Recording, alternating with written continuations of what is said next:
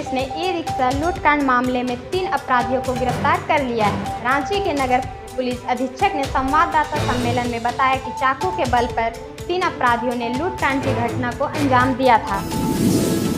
Crime control को लेकर Giridih police की सबसे बड़ी कार्रवाई है। डीजीपी के निर्देश पर गिरिडीह पुलिस ने विशेष अभियान चलाया है।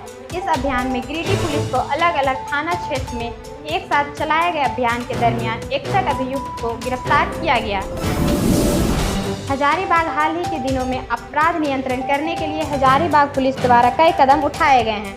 इसी क्रम में हजारीबाग पुलिस ने एक ही दिन में 105 आरोपियों को गिरफ्तार किया है। सभी गिरफ्तार आरोपियों को न्यायिक हिरासत में भेज दिया गया। राज्य सरकार ने विभिन्न जेलों में उम्र कैद की सजा काट रहे 39 कैदियों को रिहा करने का फैसला किया है। मुख्यमंत्री हेमंत सोरेन की अध्यक्षता में राज्य पुनरीक्षण परिषद की बैठक में इस प्रस्ताव को मंजूरी दी गई। मुख्यमंत्री ने कहा, कैदियों को समाज की मुख्य धारा से जोड़ने की पहल की जाए। डीजीपी अनुराग गुप्ता के निर्देश पर राज्य भर में फरार एवं वारंटी अभियुक्तों को गिरफ्तार के लिए विशेष छापेमारी अभियान चलाया गया। इस कड़ी में पिछले 24 घंटे में राज्य भर के अलग अलग जिलों से कुल 605 अपराधियों को गिरफ्तार किया गया है। इनमें सबसे अधिक हजारीबाग और बोकारो रेंज से फरार अभियुक्तों की गिरफ्तारी हुई है। इनमें बीती रात चले अभियान में कुल 102 अपराधियों को गिरफ्तार कर न्यायिक हिरासत में भेजा गया है। इससे पहले रविवार को भी 94 फरार अपराधियों को गिरफ्तार कर जेल भेजा गया था। झारखंड हाईकोर्ट ने रांची में सिविल कोर्ट के अधिवक्ता गोपी कृष्ण और स्पेशल ब्रांच के सब इंस्पेक्टर अनुपम कश्यप की हत्या और राजधानी में बढ़ते अपराध को गंभीरता से लिया है। झारखंड पुलिस को बढ़ते अपराध को रोकने के लिए कड़ा निर्देश दिया है। अदालत के निर्देश पर राज्य के प्रभारी डीजीपी और रांची के एसएसपी कोर्ट में सशरीर हाजिर हुए और बढ़ते अपराध पर पुलिस द्वारा की जा रही कार्रवाई की जानकारी दी। केंद्र सरकार द्वारा स्वास्थ्य बीमा पर 18% जीएसटी लगने के खिलाफ आज संसद भवन में इंडिया गठबंधन के सांसद प्रदर्शन करते हुए केंद्र सरकार के द्वारा स्वास्थ्य बीमा पर 18% जीएसटी टैक्स लगाने के खिलाफ आज सांसद भवन में लोकसभा के प्रतिपक्ष के नेता राहुल गांधी के नेतृत्व में इंडिया गठबंधन के सांसदों द्वारा प्रदर्शन किया गया। इस प्रदर्शन में लोहरदगा लोकसभा के सांसद सुखदेव भगत भी शामिल थे। आज 16वें दिन भी मनरेगा कर्मियों का हड़ताल जारी। अपनी मांगों को लेकर पूरे झारखंड में आंदोलन कर रहे हैं। लोहरदगा में भी मनरेगा कर्मियों का आंदोलन जारी है। मनरेगा कर्मी जिंदाबाद। आज हम लोग समाहरणालय गेट के समक्ष प्रतिदिन की भांति अभी भी बैठे हुए हैं। इतने दिन हो गए जो हमारी 2-3 मांगे हैं।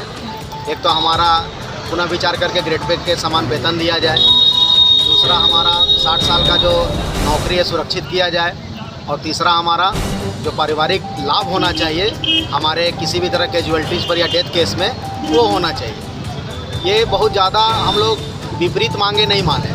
जो सरकार के सरकारी कर्मचारियों को दिया जाता है उसी में हमारा ये हक बनता है, क्योंकि विगत 15 सालों से 17 सालों से जो हम लोग मनरेगा में कार्य करते आए हैं, आज इस स्टेज में पहुंच गए हैं कि आज हम लोग के आगे पीछे भी कुछ नहीं है और पारिवारिक बोझ भी हम लोग पे और बढ़ता जा रहा है, जिस कारण ये मांगे हम लोग के हक का अधिकार है।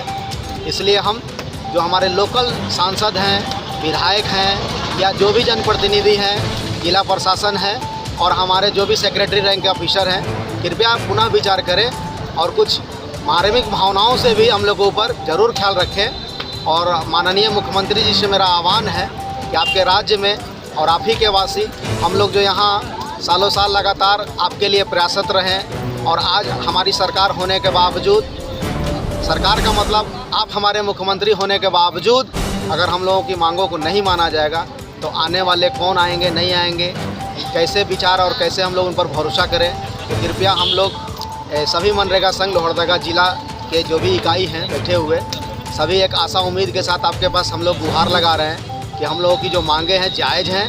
कृपया आने वाले दिनों में जल्द से जल्द लागू किया जाए ताकि हम लोगों का आने वाला भविष्य सुरक्षित रह सके और सुरक्षित रह सके। अभी तक कोई आश्वासन नहीं लगा? अभी तक तो सुनने में हमारा जो मनरेगा संघ, जो झारखंड राज्य मनरेगा संघ के द्वारा कुछ बातें आई हैं सामने कि कुछ हमारे जो विभाग के द्वारा फाइल का अनुमोदन किया जा रहा है, कुछ बातें हैं जो रखी गई हैं, लेकिन परामर्श हेतु अभी विचाराधीन है। कृपया जो भी विभागीय हमारे मंत्री हैं उनसे मेरा हार्दिक निवेदन है कि कम से कम वो जल्दी से जल्दी अपने यहाँ से उसको अग्रतर कार्रवाई के लिए बढ़ाएं। मुख्यमंत्री मैया योजना के तहत आज चौथे दिन भी सर्वर रहा डाउन। इक्का दुक्का लोगों का ही हो पा रहा है फॉर्म ऑनलाइन, जिस कारण से ग्रामीण कृषक महिलाएं काफी परेशान दिखी। महिलाओं का कहना था कि हम काम छोड़कर आते हैं, प्रत्येक दिन वापस हो जाते हैं। अब कैसे कर पाएंगे? अब सर्वर खुलेगा, वहाँ से साइट खुलेगा तभी काम हो पाएगा। इस विषय पर सरकार को आप क्या कहना संदेश देना चाहेंगे? देखिए, जो भी सरकार योजना तो अच्छा निकाली है, लेकिन उसमें काम हो तो अच्छा है। काम नहीं हो रहा है तो उसमें सब ग्रामीण जनता को परेशानी। रांची तमाड़ थाना क्षेत्र में ग्रामीण बाजार में एक दवाई दुकान में सोमवार देर रात लगी आग। आग इतनी भीषण थी कि 6 दुकानें इसकी चपेट में आ गए। सभी दुकानों में रखे हर तरह के सामान जलकर राख। फायर ब्रिगेड की टीम ने घंटों मेहनत कर आग पर पाया काबू। हजारीबाग जिले के बरही थाना क्षेत्र में RIADA Ranchi industrial area development authority परिसर में संचालित स्पंज आयरन प्लांट के चिमनी में हुआ ब्लास्ट। हादसे में एक मजदूर की मौत, वहीं 12 मजदूर गंभीर रूप से घायल। घायलों को इलाज के लिए अस्पताल भेजा गया। फैक्ट्री चल रही है, ये फैक्ट्री जो है पूरे नियम कानून कायदा के विरुद्ध चल रही है। इसके अभी सुपरवाइजर अभी हमारे सामने आपके सामने थे। खुद सुपरवाइजर के पैर में जूता नहीं है, हेलमेट नहीं है, हाथ में दस्ताना नहीं है। जब सुपरवाइजर का ये हाल है तो मजदूर और श्रमिकों का क्या हाल होता होगा। इसलिए है कि कम से कम जो भी श्रमिक हैं उनकी जो है जान माल की क्षति ना हो, वो जल्दी स्वास्थ्य लाभ हो उनका। ऐसी व्यवस्था पर हम लोग काम करेंगे। इसके बाद जो है जो इस दुर्घटना हुई है इसके कारण और निवारण और इस पर किस तरह से भविष्य में नहीं हो घटना हम आगे निरीक्षण कर ही रहे हैं और कुछ अंदर में कुछ फंसे हुए लोग होंगे या तो जो भी होंगे तो हम लोग अभी निरीक्षण। दिल्ली बांग्लादेश के मुद्दे पर सांसद में सर्वदलीय बैठक। विदेश मंत्री डॉक्टर एस जयशंकर ने विभिन्न राजनीतिक दलों के सदस्यों को जानकारी दी।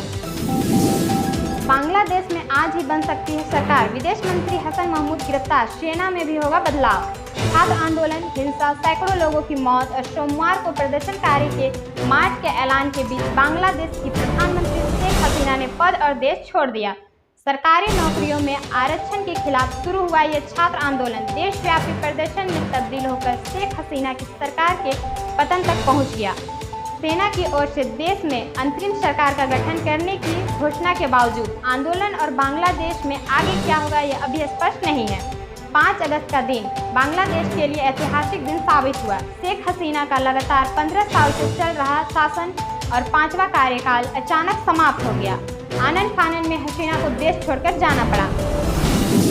बांग्लादेश में जारी सियासी उठापटक पर भारत की ओर से कोई बयान नहीं आया है, लेकिन इस घटना पर संसद में विदेश मंत्री एस जयशंकर ने बयान जारी किया है कि जयशंकर ने सबसे पहले राज्यसभा में भाषण दिया। उन्होंने शेख हसीना के भारत आने से लेकर बांग्लादेश में मौजूद भारतीय नागरिकों और वहां के अल्पसंख्यकों की स्थिति को लेकर सदन को अवगत कराया है।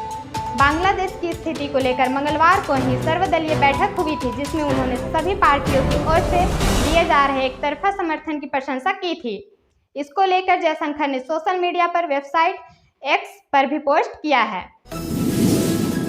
राज्य के कई जिलों में आज और कल भारी बारिश की संभावना है। मौसम विभाग ने इसे लेकर येलो अलर्ट जारी किया है।